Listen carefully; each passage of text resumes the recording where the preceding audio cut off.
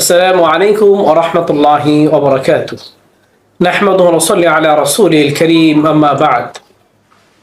প্রিয় দর্শক শ্রোতাগণ, আপনারা যেখান থেকে আমাদের এই ইসলামিক অনুষ্ঠান দেখছেন, সবাইকে এফকিউ চ্যানেল ও মার্কাজুল উলুম ফাতোয়া সেন্টার, জয়নাবাড়ি, হামায়তপুর, সাভার, ঢাকা এর পক্ষ থেকে জানাচ্ছি অসংখ্য ধন্যবাদ। আনোয়ার হোসেন কুমিল্লা থেকে প্রশ্ন করেছে। তার প্রশ্ন হলো, কোনো ব্যক্তি যদি ছাগল দ্বারা কুরবানির মানত করে থাকে যে আমি এই ছাগল দিয়ে আমি কুরবানি করব, এইভাবে যদি মানত করে থাকে, তাহলে সেই ব্যক্তির জন্য গরু দ্বারা কুরবানি করার, সেই মানত পূরণ করার সুযোগ আছে কিনা, বিষয়টি জানালে অনেক খুশি হব। আনোয়ার হোসেনকে এই প্রশ্নটি করার জন্য অসংখ্য শুকরিয়া। তার প্রশ্ন উত্তর হলো, কোনো ব্যক্তি যদি ছোট জিনিস দিয়ে কুরবানি করার মানত করে আর পরবর্তী যদি সে বড় কোনো জন্তু দ্বারা, পশু দ্বারা সেই মানত পূরণ করতে চায়, তাহলে তার জন্য সেই সুযোগ রয়েছে, কেননা সেটি উত্তম। ছোট থেকে বড় জিনিস দিয়ে মানত করাটি উত্তম। তবে এক্ষেত্রে অবশ্যই খেয়াল করতে হবে, বড় জিনিস মানত করতে গিয়ে যেন ছোট জিনিস দ্বারা সেই মানত পূরণ করা না হয়, কেননা সেটি আল্লাহ তাআলার নিকট গ্রহণযোগ্য হবে না। কারণ মানতের ক্ষেত্রে যত ভালো জিনিস দ্বারা মানত করা যায়, সেই মানত পূরণ করা যায়, সেটার ব্যাপারে আমাদের খেয়াল রাখতে হবে। তাহলে সেখানে আমাদের কোনো সমস্যা হবে না। তবে আমরা যদি ওর চেয়ে যদি ছোটো বস্তু দ্বারা আমরা মানত পূরণ করতে চাই, তাহলে সেই মানত পূর্ণ হবে না, বরং নতুন করে আবার তাকে মানত পূরণ করার জন্য আগের বস্তু অথবা তার চেয়েও ভালো কোনো বস্তু দিয়ে, পশু দিয়ে তাকে মানত পূরণ করতে হবে।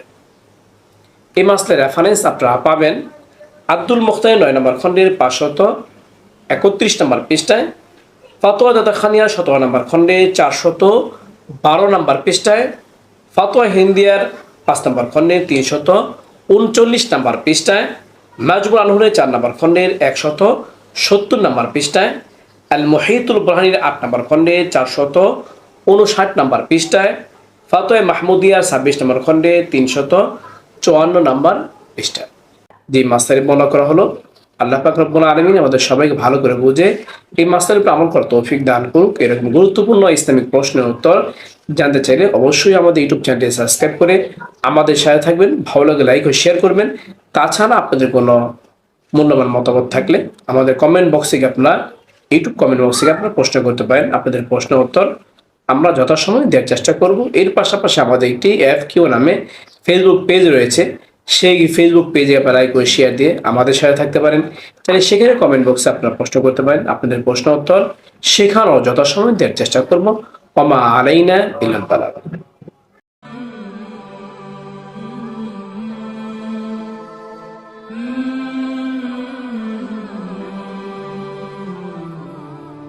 আসসালামু আলাইকুম ওয়া রাহমাতুল্লাহি ওয়া বারাকাতুহু। নাহমাদুহু ওয়া নুসাল্লি আলা রাসূলিল কারীম, আম্মা বা'দ। প্রিয় দর্শক শ্রোতাগণ, আপনারা যেখান থেকে আমাদের এই ইসলামিক অনুষ্ঠান দেখছেন, সবাইকে এফকিউ চ্যানেল ও মার্কাজুল উলুম ফাতোয়া সেন্টার, জয়নাবাড়ি, হামায়তপুর, সাভার, ঢাকা এর পক্ষ থেকে জানাচ্ছি অসংখ্য ধন্যবাদ। তৌহিদুল ইসলাম লক্ষ্মীপুর নোয়াখালী থেকে প্রশ্ন করেছে। তার প্রশ্ন হলো, কুরবানি না করে আমরা যদি কুরবানি সেই টাকা দান সদকা করে দেই, গরিবদের মাঝে সেটি বিলে দেই, তাহলে আমাদের কুরবানি আদায় হবে কিনা, বিষয়টি জানালে অনেক অনেক খুশি হব। তৌহিদুল ইসলামকে এই প্রশ্ন করার জন্য অসংখ্য শুকরিয়া। তার প্রশ্ন উত্তর হলো, কুরবানি হচ্ছে স্বতন্ত্র একটি ইবাদত, যেটি অবশ্যই ওই ব্যক্তির উপর করতে হবে যার উপর ওয়াজিব হয়, যিনি সাহেবে নিসাব। কুরবানির দিনগুলোতে যিনি সাহেবে নিসাব থাকে, যার কাছে 52.5 ভরি রূপা পরিমাণ টাকা রয়েছে অথবা 7.5 ভরি স্বর্ণের পরিমাণ টাকা রয়েছে, তাকে অবশ্যই কুরবানি করতে হবে। সেটি বড় পশু দিয়ে হোক অথবা ছোট পশু দিয়ে হোক অথবা মাঝারি ধরনের কোনো পশু দ্বারা হোক, যে সমস্ত পশু দ্বারা কুরবানি করা হয় সেগুলো তাকে অবশ্যই করতে হবে।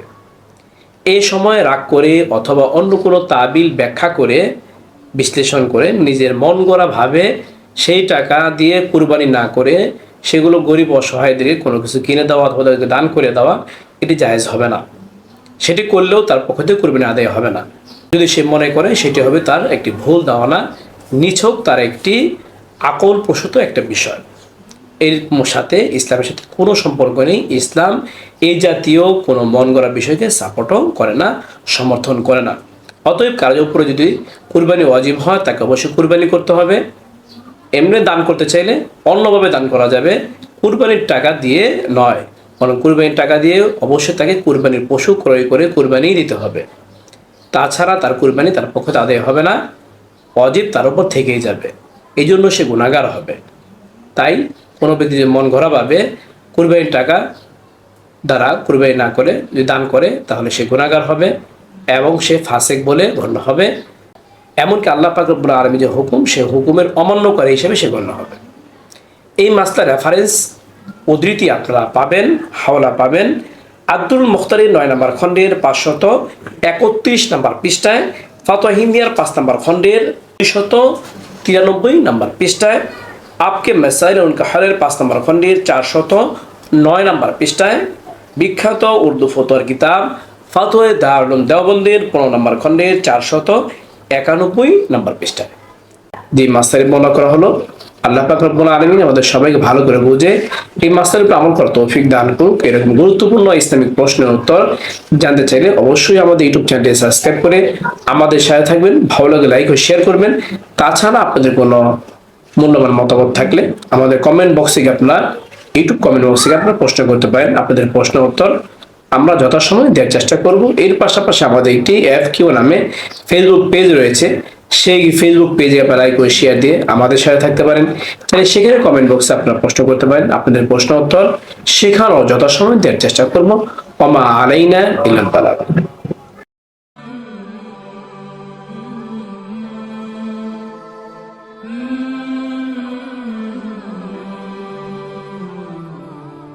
আসসালামু আলাইকুম ওয়া রাহমাতুল্লাহি ওয়া বারাকাতুহু।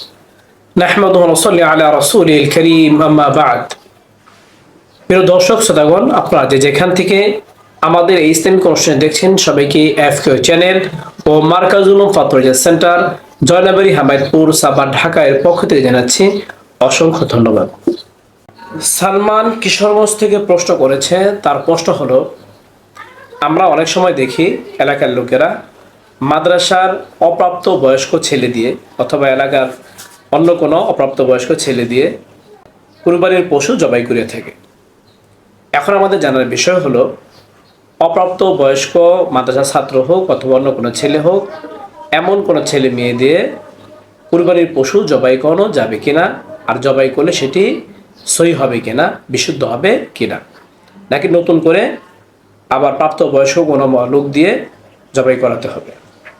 সালমানকে এই প্রশ্নটি করার জন্য অসংখ্য ধন্যবাদ। তার প্রশ্ন উত্তর হলো, কোনো পশু জবাই করার ক্ষেত্রে সেটি কুরবানির হোক, আকিকার হোক, মানতের হোক অথবা এমনি স্বাভাবিক কোনো পশু জবাই করার ক্ষেত্রে প্রাপ্তবয়স্ক হওয়া জরুরি নয়, বরং এখানে জরুরি হলো কুরবানির পশু হোক অথবা অন্য কোনো পশু যখন জবাই করা হবে তখন শর্ত হলো 1 নম্বরে বিসমিল্লাহ পড়া, যেই ছুরি দিয়ে সেটি জবাই করা হবে সেটি ধারালো হওয়া এবং জবাই করার ক্ষেত্রে রগগুলো ঠিকমতো কাটা হচ্ছে কিনা সেটি খেয়াল করা। অতএব কোনো অপ্রাপ্তবয়স্ক কোনো ছেলে অথবা মেয়ে যদি কোনো পশু জবাই করে আর সে যদি এই শর্তগুলো তার জানা থাকে এবং সেইগুলো যদি সে মানতে পারে, ভালো করে জবাই করতে পারে, বিসমিল্লাহ আল্লাহু আকবার বলতে পারে, রগগুলো ঠিকমতো কাটতে পারে, তাহলে কোনো সমস্যা নেই। কেননা জবাই করার জন্য প্রাপ্তবয়স্ক হওয়ার শর্ত নয়, বরং বিসমিল্লাহ আল্লাহু আকবার বলা, রগগুলো সুন্দর মতো কাটা, এটা হলো জবাইয়ের মধ্যে শর্ত। এবং যে জবাই করছে সে মুসলমান হওয়া। এখানে আকেল হওয়া জরুরি, এখানে বালেগ হওয়া, প্রাপ্তবয়স্ক হওয়া জরুরি না। অতএব আমরা যে কোনো সময় মাদ্রাসার ছাত্র হোক অথবা অন্য কোনো ব্যক্তি হোক, অপ্রাপ্ত বয়স্ক হয় আর সে যদি সুন্দর জবাই করতে পারে তাকে আমরা জবাই করতে পারবো, এতে কোনো সমস্যা নেই।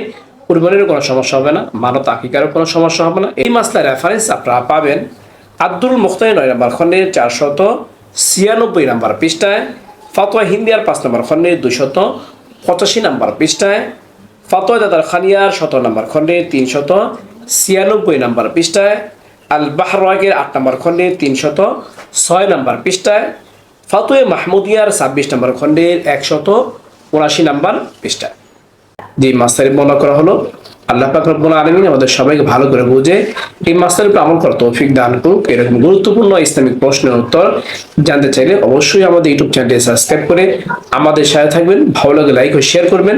তাছাড়া আপনাদের কোনো মূল্যবান মতামত থাকলে আমাদের কমেন্ট বক্সে আপনার ইউটিউব কমেন্ট বক্সে আপনারা প্রশ্ন করতে পারেন। আপনাদের প্রশ্নের উত্তর আমরা যথাসময়ে দেওয়ার চেষ্টা করব। এর পাশাপাশি আমাদের একটি FAQ নামে ফেসবুক পেজ রয়েছে, সেই ফেসবুক পেজে আপনারা লাইক ও শেয়ার দিয়ে আমাদের সাথে থাকতে পারেন।